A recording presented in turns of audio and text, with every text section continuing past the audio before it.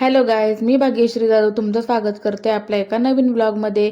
मी ना तुमच्यासोबत नित्याचं माझं सकाळचं रुटीन कसं चालतं ना ते शेअर करणार आहे. नित्यासोबत मी घरातली कामे सगळी कशी एकटी हँडल करते किंवा सगळं कसं मॅनेज करते, नित्य सकाळी उठल्यानंतर काय खाते, हे सगळं ना मी तुमच्यासोबत आज शेअर करणार आहे.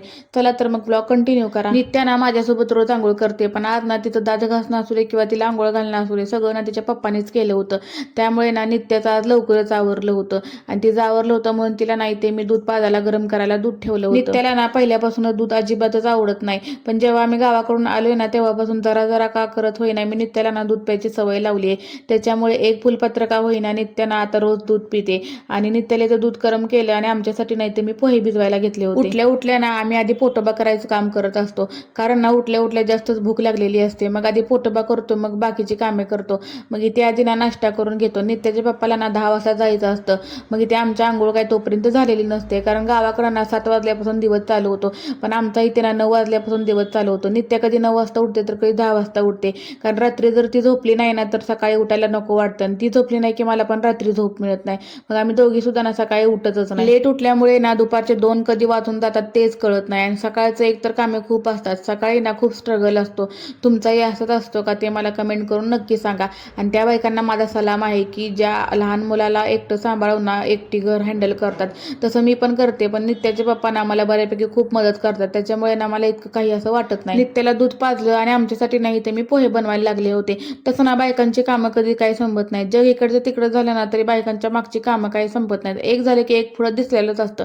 असं काम करून बसायचं म्हटलं की ह्या मॅडमचं तर मध्ये मध्ये काहीतरी असतंच. असो, इथे ना मी पोहे बनवले आणि नित्याला सुद्धा ना एका प्लेटमध्ये घालून दिले होते, कारण मगाशी ती दूध पिली होती. पण आमच्यासोबत ना तिला मी अशी कायम प्लेट देते, कारण तिची ना ती हाताने खाते, आणि असंच तर सवय लागते ना मुलांना. माझ्या परीने ना मी नित्याला होईल तेवढ्या चांगल्या सवयी लावायचा प्रयत्न करते. आता पोहे बनवले म्हटल्यावर त्याच्यासोबत चहा सुद्धा हवाच ना. चहा आणि पोहे हे कॉम्बिनेशन खरंच खूप छान आहे, आणि सकाळ सकाळी ना चहा झालाच पाहिजे, कारण सकाळची सुरुवातच ना चहापासून होते. गावाकडे ना सगळ्यांची सुरुवात ना चहापासून होते. चहा पिला ना की असं वाटतं की तरतरी चालल्यासारखं. पोटोबा तर झाला, आता कामाला लागायचं होतं. इथं किचन कट्ट्यावर ना सगळी नाश्त्याची भांडी पडली होती, आणि नित्याचं सगळं आवरून ना तिला तिच्या पप्पांसोबत पाठवलं होतं. तसं रोज तिला घेऊन जात नाहीत, पण कधीतरी काम नसेल ना तर तेव्हा तिचे पप्पा ना तिला घेऊन जातात. मग ती गेले तोपर्यंत आम्हाला सगळं काम आवरायचं असतं. भांडी घासायच्या आधी नाही ते मी सगळे हंतरून काढून घेतलं आणि गादीना लागलं सगळी नीट करून घेतली, म्हणजे दिवसभर लोळायला मोकळी ना. मी नाही हो नित्या. आणि ते नित्याची ना सगळी घरभर खेळणी पडलेली असतात, ती आधी ना सगळी बॉक्समध्ये ठेवून दिली. आणि आजकाल ना मॅडम इकडचा तिकडं तिकडचा इकडा पसारा करून ठेवत असते. इकडची खुर्ची तिकडे तिकडची गाडी इकडे, असंच चालू असतं.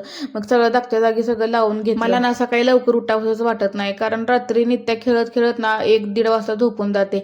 त्याच्यामुळे ना ती झोपायच्या आधी मला काही झोपता येत नाही, आणि ती झोपली की मला झोपायचं म्हटलं ना की लवकर मला झोप लागत नाही. त्याच्यामुळे मी सुद्धा उठायला ना सकाळी कंटाळाच करते, आणि उठायला कंटाळा केला म्हटलं की मग ही कामे सुद्धा रखडली जातात. तरी लवकर उठायचं म्हटलं ना की असा विचार येतो की बायकांना एक दिवस तरी कामातून सुट्टी असते का, तर नाही. मग रोजच काम करायचं असतं. मग एक दिवस लेट झालं म्हणून काय होतं, असा विचार करून आम्ही परत झोपते. आता इथे ना मला पोचा सुद्धा मारून घ्यायचा असतो. मग तू जेवल्यावर असो किंवा नाश्ता केल्यावर असो, मला 2 वेळेस ना पोचा हा मारून घ्यावाच लागतो, कारण मॅडम एका ठिकाणी बसून काय खात नाही, सगळ्या घरभर हिंडून हिंडूनच खायचं असतात. त्याच्यामुळे ना सगळं घर तेलकट करून ठेवते. झाडू वगैरे मारून घेतला, लागलेत पोचा सुद्धा मारून घेतला, आणि माझ्यासाठी आंघोळीला ना गरम पाणी करायला ठेवलं होतं. तोपर्यंत ना मी इकडे भांडी घासायला घेतली होती, आणि अजून स्वयंपाक करायचा बाकी होता. तरी पण ना मी हा गॅस पुसायला लागले होते, कारण ना माझी एक सवय आहे, मला ना असा किचन कट्टा खराब झालेला अजिबात आवडत नाही.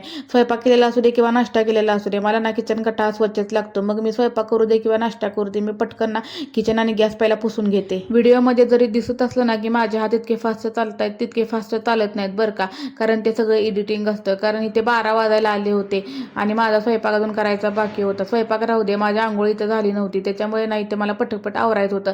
आता भांडी घासायचं सगळ्यात मोठं टेन्शन म्हणजे ना की हे दुधाचं पातेलं असतं. दुधाचे पातेलं घासायचं नाही, इतका वैताग येतो की सगळी साईना त्याला चिटकून बसलेली असते. ते घासूनच ना इथे जीव रडकुंडीला आला असतो. तुमचं सुद्धा असंच होतं का, मला कमेंट करून नक्की सांगा. नित्या पप्पांसोबत गेली होती खरी, पण ती लवकर उठल्यामुळे ना ती सुद्धा झोपेला आली असणार, त्याच्यामुळे नाही ते पटकन मला आंघोळ करून ना कपडे सुद्धा धुवायचे होती. मग इथे पटकन बेसिन वगैरे घासून घेतलं आणि मी मस्त अशी आंघोळ करून घेतली. गॅलरीत ना खूप छान वारं सुटलं होतं, त्याच्यामुळे ना मी गॅलरीत टाइमपास करत बसले होते. आता त्या निमित्तानं म्हणलं माझे केस तरी वाळतील, निदान ड्रायरचं काम तरी वाचेल ना, म्हणून मी केस सुकवायला उभारले होते. तोपर्यंत ना माझ्या ह्या मनी प्लॅन्टकडे लक्ष गेलं.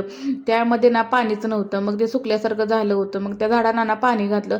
तसं ना मला ह्या गॅलरीमध्ये ना अजून 1-2 फुलांची झाडं ना ऍड करायची आहेत, पण नित्याच्या पप्पाला ना वेळ नसल्यामुळे मला नर्सरीत जाणं काही जमत नाहीये, पण एक दिवस नाही मी नक्की नर्सरीत जाऊन ना 2-3 फुलांची झाडे घेऊन येईन, कारण ना मला खूप आवडतात झाडे वगैरे, आणि हिरवं जरा बघितलं ना की डोळ्याला सुद्धा छान वाटतं. मग इथे एका कुंडीत नाही मी त्या दिवशी मंजुळा लावल्या होत्या, आता ती तुळस आली की मी तुम्हाला दाखवेन. गॅलरीमध्ये ना अजून मला भरपूर अशा कुंड्यांना ऍड करायच्या आहेत, पण हळूहळू मी ते सगळं करेनच आणि तुमच्यासोबत सुद्धा शेअर नक्की करेन. असो, इथे ना मी कपडे धुवायला गेलेच होते तोपर्यंत ना माझं वादळ इथं आलेलं होतं. मग काय वादळाला आधी झोपवलं, कारण ना वादळ सकाळी लवकर उठलं होतं आणि ती एकदा लवकर उठली ना की तिला आंघोळ केल्या केल्या झोप येते. तशी ना ती खूप वेळ पप्पाजवळ राहिली होती, म्हणून माझी बाकीची कामे आवरली होती. आता ना 1:30 वाजत आले होते आणि माझा स्वयंपाक सुद्धा करायचा होता. मग पटकन नाही ती कपडे धुवून घेतली. कपडे तशी रेग्युलरचीच होती म्हणून पटकन झाली. सगळं आवरूपर्यंत ना मला 1:30 वाजले होते आणि आता मी ना स्वयंपाकाला लागले होते. तर त्याला गायत व्हिडिओ ना इथंच एंड करते, कारण ना अजून मला स्वयंपाक सुद्धा सगळा करायचा बाकी आहे. नित्याची बाप्पा ना जेवायला यायचं सुद्धा टाइम होईल. व्हिडिओ कसा वाटला ना ते मला कमेंट करून नक्की सांगा. 9 ते 12चं रुटीन ना मी तुमच्यासोबत शेअर केलं आहे. नेक्स्ट टाइम ना मी तुम्हाला माझं दुपारचं रुटीन शेअर करेल. आता ना माझ्याकडे वेळ सुद्धा नाहीये आणि मी शूट करून करायचं म्हटलं ना की मला सगळ्याच कामाला खूप उशीर होतो. त्यात ना नित्याला झोपवण्यात माझा अर्धा एक तास निघून जातो आणि तुम्हाला मागाशी मी म्हणाले ना की दुपारी 2 कसे वाजतात ना तेच मला कळत नाही. असो, आपल्या चॅनेलवर जर तुम्ही नवीन असाल ना तर आपल्या चॅनेलला सबस्क्राईब करायला विसरू नका. भेटूया आता अशाच एका नवीन ब्लॉगमध्ये. तोपर्यंत बाय बाय.